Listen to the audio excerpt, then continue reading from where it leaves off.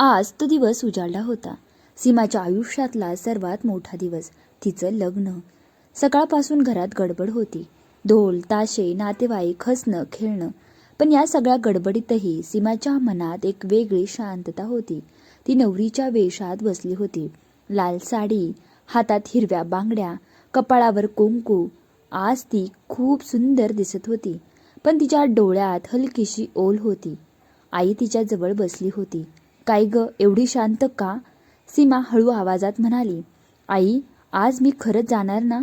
आईच्या डोळ्यात पाणी आलं. ती हसत म्हणाली, "अगं, मुलीचं घर बदलतं पण नातं कधीच बदलत नाही." सीमा आईला घट्ट मिठी मारते. थोड्याच वेळात राजेशची बारात आली. ढोल, नाच, आनंद. राजेश घोड्यावर बसलेला, पण त्याच्या चेहऱ्यावर एकच भावना होती, सीमाला पाहण्याची ओढ. मंडपात दोघे समोरासमोर बसले होते. दोघांची नजर भेटली. आज ती नजर वेगळीच होती. आज ती फक्त ओळख नव्हती तर आयुष्यभराची साथ होती. विवाहाची विधी सुरू झाली. मंत्र, आशीर्वाद, हसणं आणि 7 फेरे. प्रत्येक फेऱ्याबरोबर दोघं एकमेकांच्या आयुष्यात खोलवर जात होते. राजेशने तिच्या गळ्यात मंगळसूत्र घातलं. सीमाच्या डोळ्यात अश्रू आले.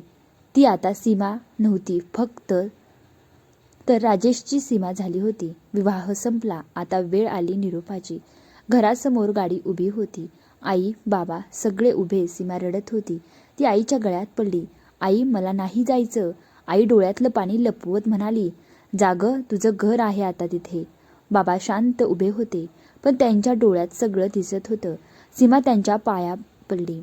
बाबांनी तिच्या डोक्यावर हात ठेवला. "नेहमी आनंदात राहा." सीमा गाडीत बसली. ती मागे वळून बघत होती. तिचं घर, तिचं बालपण सगळं मागे राहत होतं. गाडी हळूहळू पुढे निघाली. तेवढ्यात राजेशने हळूच तिचा हातात हात घेतला. सीमा, ती रडत म्हणाली, राजेश हलक्या आवाजात म्हणाला, "रडू नकोस. तू काही सोडून जात नाहीयेस. फक्त नवीन आयुष्य सुरू करतेस." सीमाने त्याच्याकडे पाहिलं. त्या एका वाक्यात तिला आधार मिळाला. ती हळूच त्याच्या खांद्यावर डोकं ठेवते आणि त्या क्षणी तिला जाणवलं, ती एकटी नाहीये आता. तिच्यासोबत तिचं संपूर्ण आयुष्य आहे. गाडी पुढे जात होती.